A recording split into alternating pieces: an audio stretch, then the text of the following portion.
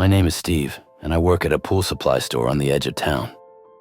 Chances are we have a location on the edge of your town. We're a nationwide brand, and although you probably have at one time or another seen or heard of us, in all likelihood, you probably don't remember.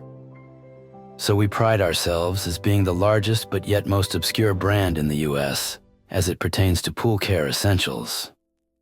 Pooligan's operates in over 975 physical locations, usually located in a well-forgotten shopping plaza which has long seen better days. Employees here, or as we are made to call ourselves, splash zone technicians, are primarily made up of GEDs, mid-20-something coasters, life fail rejects, and well, me. And for me, I started working here during high school, and well, never left. Like I had a choice. You see the higher-ups in their infinite power and wisdom push their weight around, and presto. I have a small room, if you can call it that, in back. I'll give you an idea. The central feature of my fabulous space is a black metal frame bed, positioned at a slight angle allowing for me to access my sometimes working mini-fridge. My bed occupies a significant portion of my room, making anything I do difficult. Not by my choice. My walls are a beige color, and the floor is just an extension of the store's commercial high-traffic vinyl. The majority of my clothes and things are stored under my bed, but no need for much considering all I have are Pooligan polos and yes, Dickie khakis. The fluorescent hum of the store's overhead lights tend to seep through the thin walls of my room, aiding in the constant reminder of my perpetual shift. It's a sound I've grown to become accustomed to, a strange comfort in its monotonous drone. Silence is unsettling here. Silence is when things happen. We have an eclectic customer base, to put it lightly. Like last Tuesday, a Tuesday just like any other. Mr. Henderson came in, the usual guy with the perpetually cloudy pool and a wallet thicker than my textbook from junior year. He always smelled faintly of chlorine, even before he got to the store. We went through the motions, the pH levels, the alkalinity, the shocking. He bought his usual gallon of Super Shock, winked, and left. Nothing out of the ordinary. Except, after he left, I noticed a small, crumpled piece of paper on the counter. Probably a receipt, I thought, and tossed it in the trash. But later, when I was sweeping up before closing, I fished it out. It wasn't a receipt. It was a drawing, a child's drawing, crudely done in crayon. A stick figure family smiling, standing by a pool. It was hard to tell. But the water in the pool was a disturbingly vibrant green, and the stick figure's smiles were too wide, too fixed. And in the corner of the paper, scrawled in what looked like a different hand, it's just below the surface. I shuddered, chalking it up to some kid's lost artwork. Probably nothing, but the image stuck with me. The green pool, those smiles. Then there was the incident with the filter. We have this industrial-sized DE filter in the basement, used for cleaning and maintaining the display pools on the showroom floor. It's a beast, loud and prone to rattling. One night, after closing, I was back in my room, trying to lose myself in a dog-eared copy of Moby Dick, ironically. The store was silent, the hum of the fluorescence muted. Suddenly the filter kicked on. I jumped, heart pounding. It was way past closing. No one was supposed to be here. I grabbed the closest thing to a weapon I could find, a pool brush handle, and crept towards the back. The filter roared, vibrating the concrete floor. I peeked around the corner. The filter wasn't just on. There were two men in coveralls and hard hats working on it. I shined my phone's flashlight. They then acknowledged me. But not the kind of friendly acknowledgement one might want. They looked at each other in puzzlement, then one of them uttered, "You from Doghouse." I hesitantly uttered, "What?" "Tell Roger this won't be fixed soon. FPSO won't be operational for next cycle." I muttered confused, "Who are you? And what are you doing here?" The guy on the left stopped what he was doing. "Son, we have valves to replace, and if SPAR ain't up and running by mid-morning tomorrow, there will be shit to pay by the higher-ups." Puzzled and without words, I was left speechless. Then one of them points to the corner and says, "Grab me that crescent wrench." Thinking I must be losing my mind, I reluctantly walked over and handed him the wrench. I then slowly backed out of the room, locked the door, and ran up the stairs to my room. I didn't sleep a wink that night. I know every dent in the linoleum here in this store, every squeak of the rusty shelving. And time tends to blur together, marked only by the changing stock of inflatable flamingos and the slow, agonizing tick of the grandfather clock in the front window. A relic from the plaza's glory days, now a constant reminder of time slipping away. My room, nestled behind the stacks of pool chemicals, my little closet space of peace. And really my only sense of, well, me. One sweltering July afternoon, a new customer shuffled in. He wasn't the usual sun-baked suburban dad or bored housewife. This guy was pale, almost translucent, with eyes that seemed to absorb the light rather than reflect it. He wore a threadbare suit that looked like it belonged to a scarecrow, and a faint, almost medicinal smell clung to him. "I need something," he rasped, his voice like dry leaves skittering across pavement. "Something specific." I plastered on my best customer service smile, a skill honed over countless interactions with demanding pool owners. "Sure thing. What can I help you find?" He leaned closer, his breath a chilling gust of winter air, even in the sweltering heat. Something to purify." He glanced around the store, his gaze lingering on the containers of shock treatment. "Something stronger." I hesitated. We had some industrial-grade algicides in the back, stuff we usually only sold to commercial clients. It was potent, dangerous if mishandled. "What kind of purification are we talking about?" I asked, trying to keep my voice steady. He chuckled, a dry, rattling sound. "The kind that cleanses completely." A shiver ran down my spine. I led him to the back, my hand hovering over the emergency button under the counter. I unlocked the metal cabinet where we kept the restricted chemicals. He watched me with unnerving intensity as I pulled out a container labeled Pool Shock Extreme. It was black, the label stark and ominous. "This," I said, my voice trembling slightly, "is the strongest we have. Use with extreme caution." He snatched the container from my hands. "Caution," he repeated, a strange glint in his eyes. "A small price to pay for purity."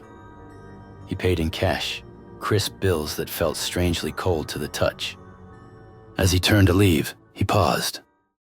"You know," he said, his voice dropping to a whisper, "this place, it's not what it seems." He gestured around the store, taking in the faded posters of sparkling blue pools and the shelves overflowing with chemicals. "There's something beneath the surface." Then he was gone, leaving behind only the faint, medicinal scent and a lingering sense of dread. I stared at the spot where he had stood, my heart pounding in my chest. His words echoed in my mind, something beneath the surface.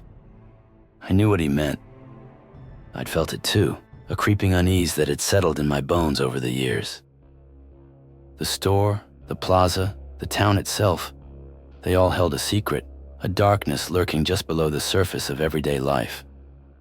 And I, trapped in my beige-walled room behind the stacks of pool supplies, was closer to it than I ever wanted to be. I'll give you a better rundown of the store. It's a brightly lit, in most places, fairly spacious layout. Designed surely by our higher-ups to encourage browsing and purchasing, we have numerous hot tubs, arranged in neat rows, centered in the showroom. With a variety of sizes, colors, and styles, in hopes to draw the potential buyer's eye and ultimately make them do that impulse buy. Pooligan's is truly a stickler when it comes to the symmetrical arrangement of our hot tubs, display pools, and aisles. Order and accessibility are kind of our thing. We have an abundance of large, vibrant murals on the back walls of the store, presumably for visual interest and creating a backdrop for the displayed hot tubs and pools. Speaking of which, our tubs come in various shapes: square, circular, rectangular, sizes, and colors.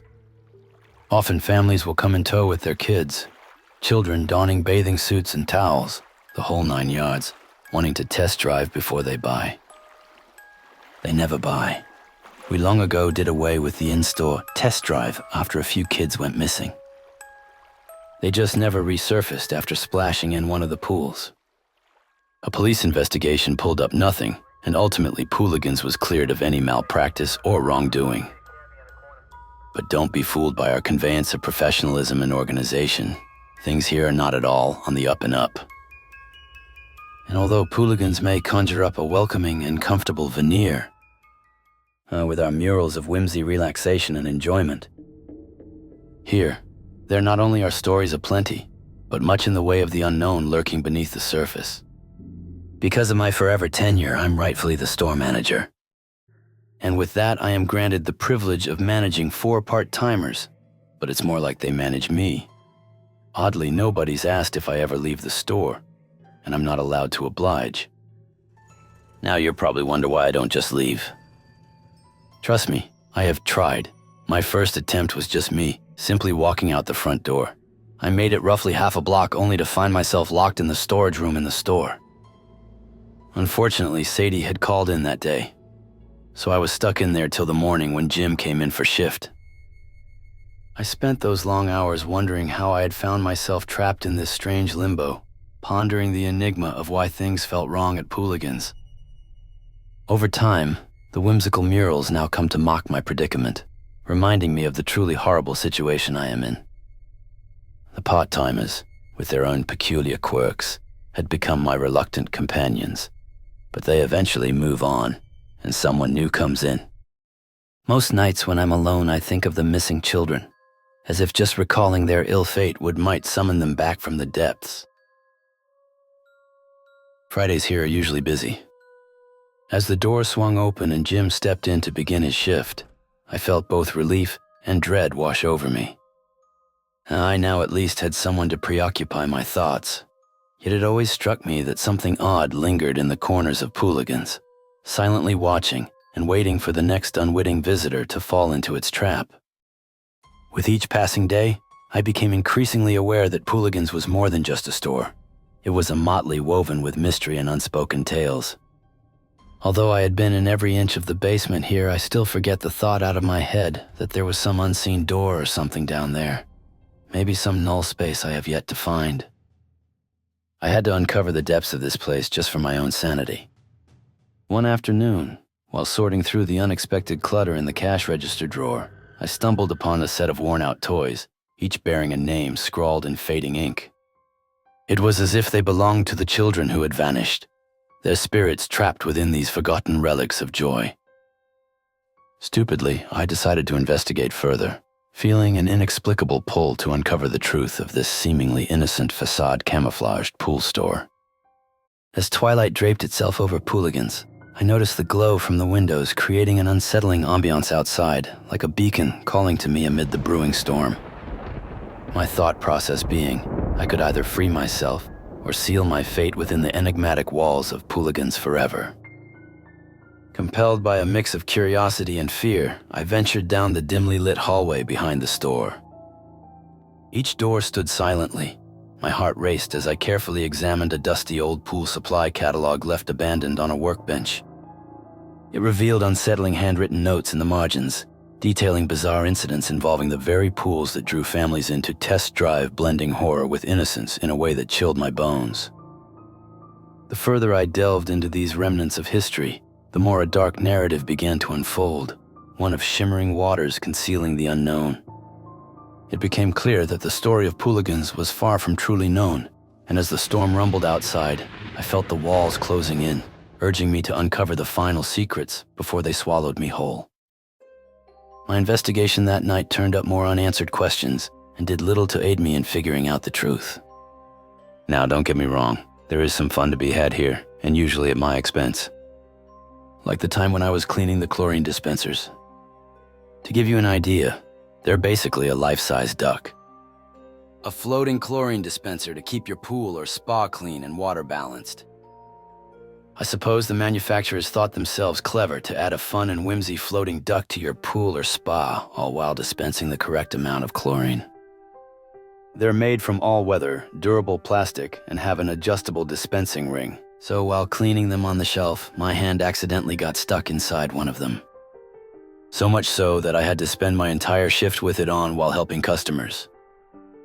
The kids loved it, thinking it was an impromptu puppet show solely for their entertainment. Jim eventually did show up with something to remove it. Sorry I'm late, bro. I had to get Taco Hell. I was jonesing, I shrugged, waving my hand with the duck on it. There also was the embarrassing time when I accidentally confused a man's voice box with a water sample. Oh yeah, one more. You see, we have these test sheets in the store. Used to demonstrate the strength of our pool covers. We're trained to use them to show the customer the durability of it. So while grabbing one to demo a tear test, I ripped it clear in half. Taking a page from Napoleon Dynamite and the character Kipling when he unintentionally did the same with his Tupperware sale gone wrong. I yelled, "Damn it," and raced off to the back room, leaving the customers dumbfounded. And not every occurrence here at Pooligan's is from this world. One day when we were expecting a shipment of chlorine to arrive in back by the loading docks, something so profound occurred that still to this day I'm scratching my head. The day initially was nothing out of the ordinary, and my shift transpired like any other. Working the cash register, attending to customers' water samples, etc. Overall, a very routine day or so, I thought. I remember thinking how boring the day was, but again, little did I know I would be very, very wrong. After getting word that the pallets had arrived, I proceeded around back to the store's docks. The semi gave a few honks and drove off, leaving what looked to be an endless row of chlorine in its wake. And so, while unloading the pallets, I happened to spill a large amount of chlorine on my pants. Due to a few damaged boxes, to wash off, I headed over to the left of loading docks where a hose was located. During that time while washing off, I recalled how very eerily quiet it had become. No birds know anything. And that's when it happened. As I reeled in the hose after shutting it off, I caught something in my peripheral. Something out of place enough that it caused me to do a double take. I then glanced fully toward what had caught my attention. My eyes peered to the adjacent tree line 50 feet away. Slowly I began to raise my line of sight till I was looking up. To my dismay, above the tree line, and only about 40 feet away from me, hovered a metallic, almost dreidel-shaped object in the sky. I took a double then triple take, squinting at the object. You see, when your brain can't compute what you are witnessing, it goes to extraordinary measures to try and render some plausible conclusion. But this never happened for me. I ran through the gauntlet of known objects, even if their similarity was a stretch in hopes of explaining away. But still was left with complete confusion. What most would consider a UFO stood in front of me. The object made no sound and was, to my guesstimate, 45 to 65 ft in circumference. Oddly, even though I was standing fairly close to the object, I still couldn't comprehend what I was witnessing. I was frozen just staring at this thing. Again, still not truly digesting what I was witnessing. Suddenly, both my Sadie and Mike, another part-timer, walked out back to see how I was doing. They both came up to my left and right side, not uttering a word, for they too were now transfixed on the object. The three of us stood and watched the craft for a good 20-25 min, not uttering more than a word or two. Then what looked like a child in a wheelchair was seen in the air floating below it. He looked down to us, and instead of fear written on his face, he was bizarrely excited, finally waving to us as he entered into the craft. "Well, that was weird," Jim muttered. I looked to him in puzzlement, not only because of the craft, but his oddly calm response.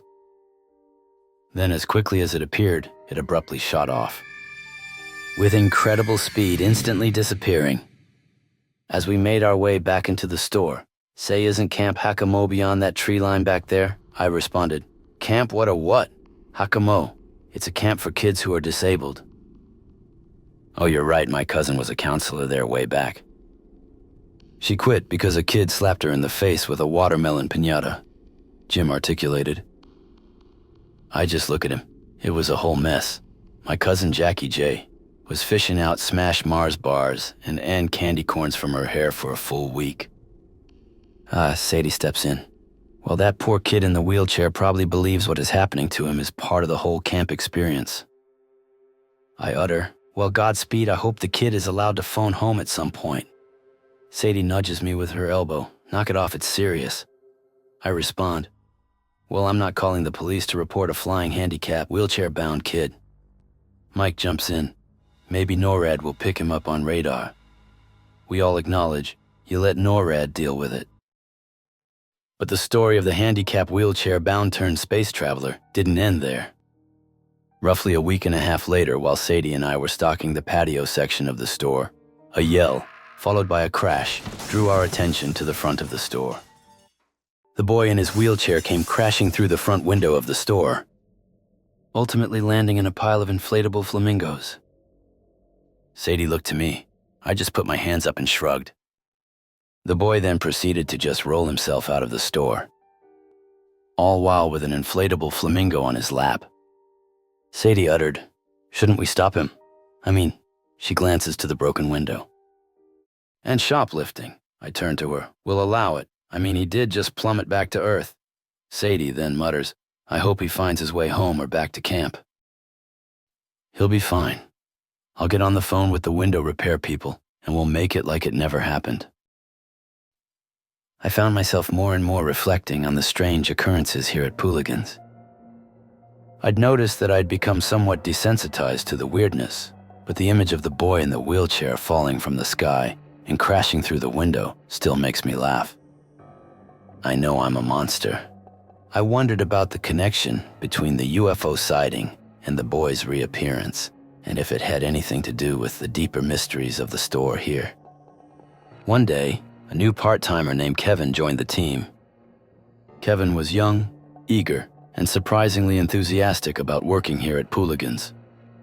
His optimism was a stark contrast to Mike's jaded outlook, and it initially annoyed Mike. However, Kevin's curiosity about the store's oddities sparked something in Mike, a renewed interest in understanding the strange things that happen here at Pooligan's. Kevin started asking questions about the missing children, the strange customers, and the weird equipment in the basement. Mike was initially reluctant, but ultimately opening up, sharing his own experiences and theories with Kevin. One afternoon after the rush time ended of customers, the two of them began to investigate together, exploring the store well into the late hours after closing, searching for clues in old documents and forgotten corners. That night, they discovered a hidden room in the basement behind a wall of shelves. After getting word, I embarrassingly was a bit jealous, considering my own search came up empty. Inside, they found a collection of strange things, old toys, dated chemical agents, and a book filled with cryptic writing. But the kicker of their investigation into the hidden room was the stairwell. The two of them ended up being too chicken to explore it, stating it was above their pay grade. I told them I'd get around to it. But the flamingo incident, as we came to call it, became another oddity in the growing list of Pooligan's strange happenings. We never saw the boy again, and the broken window was quickly repaired, though a lingering scent of chlorine and burnt rubber clung to the area for days. Life at Pooligan's, if you could call it that, lumbered on. The new guy, Kevin, quickly found his way, becoming known for his uncanny ability to find misplaced items, often unearthing things that had been lost for years, a skill that, while helpful, also added to the store's growing air of the uncanny. One evening after closing, Kevin approached me, his eyes wider than usual. "Mr. Steve," he stammered, "I found something in the basement." I sighed. "Kevin, if it's another box of those creepy porcelain dolls, just put it back. I swear, this store is a magnet for the bizarre." He shook his head, his tic twitching furiously. "No, it's different. It's a really strange book." Intrigued, I followed him down to the basement. The air down there was always damp and cold, even in the summer. The concrete floor was stained with years of chemical spills, and the shelves groaned under the weight of countless boxes of pool supplies. Kevin led me to a dark corner where he knelt beside an open crate. Inside, nestled amongst packing peanuts, was a leather-bound book. It was old, the cover worn and cracked, the pages yellowed with age. "Where did you find this?" I asked. "Behind the DE filter," Kevin whispered, his gaze fixed on the book. There was a loose brick in the wall. It was hidden behind it. I picked up the book. It was heavy, and the leather felt strangely smooth, almost oily to the touch. There was no title on the cover, just a strange symbol embossed in silver, a circle with a triangle inside it. I opened the book, and a musty smell filled the air. The pages were filled with handwritten text in a language I didn't recognize. There were also diagrams, sketches of strange devices and symbols that looked vaguely familiar, yet utterly alien. "What is it?" Kevin asked. I shrugged. "I have no idea. But I have a feeling." I trailed off. "I have a feeling this is important." He took the book back upstairs and began to carefully examine it. As we flipped through the pages, we noticed something else. Pressed flowers, tucked between leaves. They were dried and brittle, but still beautiful, their colors faded but discernible. And they weren't ordinary flowers. They were night-blooming cereus, a rare species that only blooms once a year, and only at night. Parents were a bit of a green thumb. "These," Kevin said, "these are the same flowers that grow in the abandoned garden behind the plaza." The abandoned garden. It was a patch of overgrown land behind the store, rumored to be haunted. No one ever went back there. "What do you think it means?" Kevin asked. I looked at the book, at the strange symbols and the faded flowers. "I don't know," I said, "but I think we're about to find out." Just then, a loud crash echoed from the front of the store. "God damn it, is it that wheelchair space boy yet again?" I uttered. Then we froze, listening. Silence. Then another crash, followed by the sound of glass shattering. "What was that?" Kevin whispered, his eyes wide with fear. I grabbed the pool brush handle from under the counter. Glass scattered across the floor. And standing in the middle of the showroom, bathed in the pale moonlight, was a figure. Tall, gaunt, its face obscured by shadows. It was holding something in its hand. Something long and metallic. It was Mr. Henderson, the man with the perpetually cloudy pool. And in his hand, he held a pool skimmer, and I was in his underwear. I yell out, "Mr. Henderson, are you okay? Steve, is that you? What are you doing in my living room?"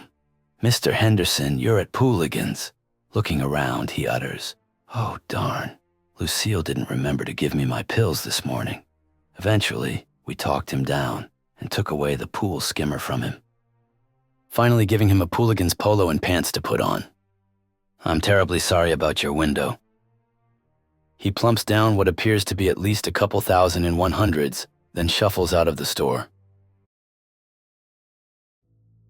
"Is that normal?" Kevin blurts out. Without turning my head in his direction, I utter, "Yes, it is. Yes, it surely is, Kevin." I then give him a pat on the shoulder and walk off to begin clean up the window. The shattered window was quickly boarded up. The incident, as bizarre as it was, barely registered as a blip on the Pooligan's weirdness radar. My mind, however, was preoccupied with the stairwell. Kevin and Mike's apprehension had piqued my curiosity. What lay hidden beneath the store, beyond the basement's already unsettling depths? After closing that night, I gathered Kevin and Mike. "All right," I said, brandishing the pool brush handle, my trusty, if inadequate, weapon of choice. "Tonight we explore." Kevin, ever the eager beaver, nodded enthusiastically. Mike, despite his usual cynicism, seemed genuinely intrigued. We descended to the basement, the familiar damp chill clinging to us like a second skin. The air hung heavy with the scent of chlorine and something else, something musty and ancient. We made our way to the hidden room, the one behind the wall of shelves. The leather-bound book lay on the workbench. but it was the stairwell that drew our attention. It was a narrow, winding staircase disappearing into the darkness below.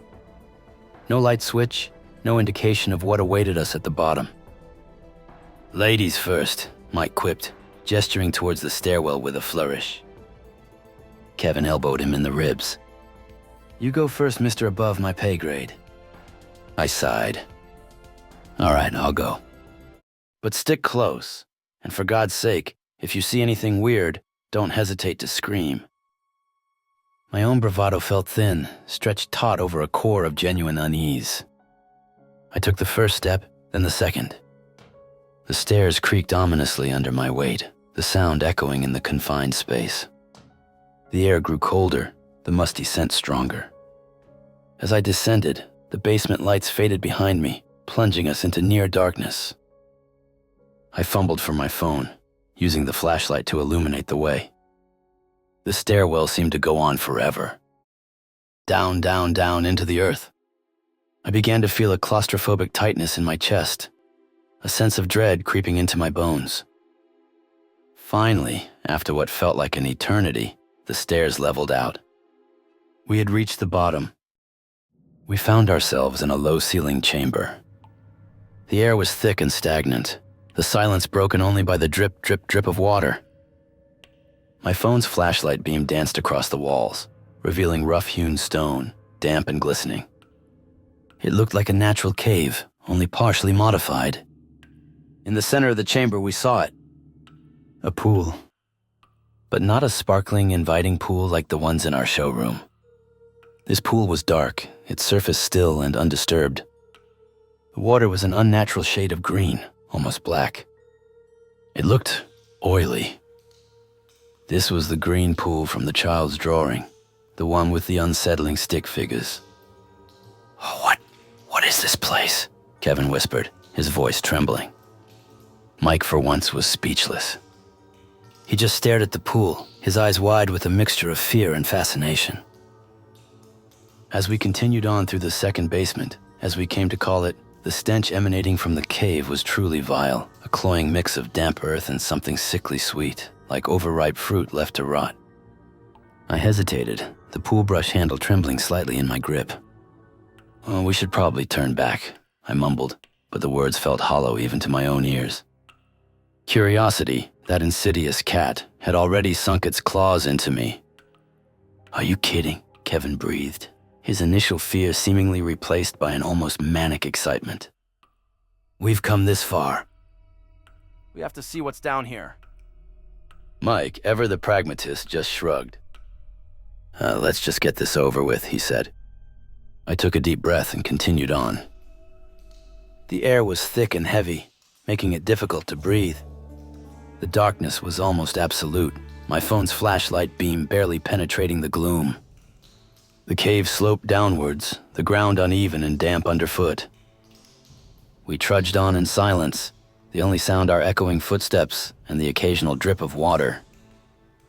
After what felt like an eternity, the tunnel we had ventured down now opened into a large cavern. And what we saw there made our jaws drop. It was a hive of activity. Dozens of men in hard hats and work clothes swarmed over the area, operating heavy machinery. Excavators, bulldozers, and cranes were tearing into the earth, moving tons of rock and dirt. The air was filled with the roar of engines, the clang of metal on metal, and the shouts of the workers. It looked like a massive construction site, deep underground. What is this?" Kevin stammered, his eyes wide with disbelief. I had no answer. I was just as stunned as he was. What could possibly be going on down here? Were these the same workers that had been fiddling around with my filter? Now I was left thinking, why would anyone build a construction site beneath Pooligan's? The workers, however, seemed completely unconcerned by our presence. They didn't stop what they were doing, didn't even look at us. They just went about their business, as if we were just another part of the crew. "Hey!" I shouted, trying to get someone's attention. What's going on here? One of the workers, a burly man with a thick beard, glanced at me briefly, then went back to operating his excavator. New shaft, he mumbled, as if that explained everything. New shaft, I repeated, confused. What kind of shaft? The worker shrugged. Don't ask me, boss. I just dig. I tried talking to a few other workers, but they all gave me the same response. They were just following orders. They didn't know what they were building, and they didn't care. They just wanted to get the job done and go home. This is crazy, Kevin whispered. What are they doing? I don't know, I said, but I don't like it.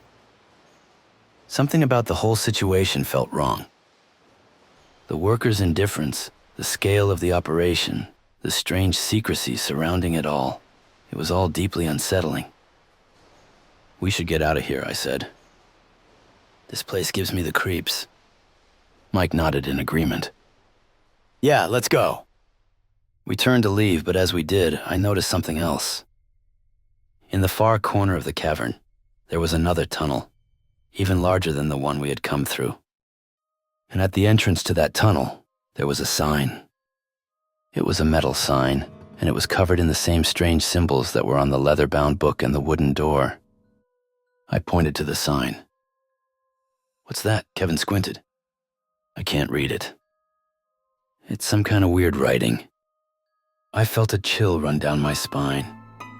I had a bad feeling about that sign, about that tunnel. I knew deep down that whatever lay beyond that sign, it was connected to the mysteries of Pooligans. And I had a feeling that we were about to get a lot more than we bargained for.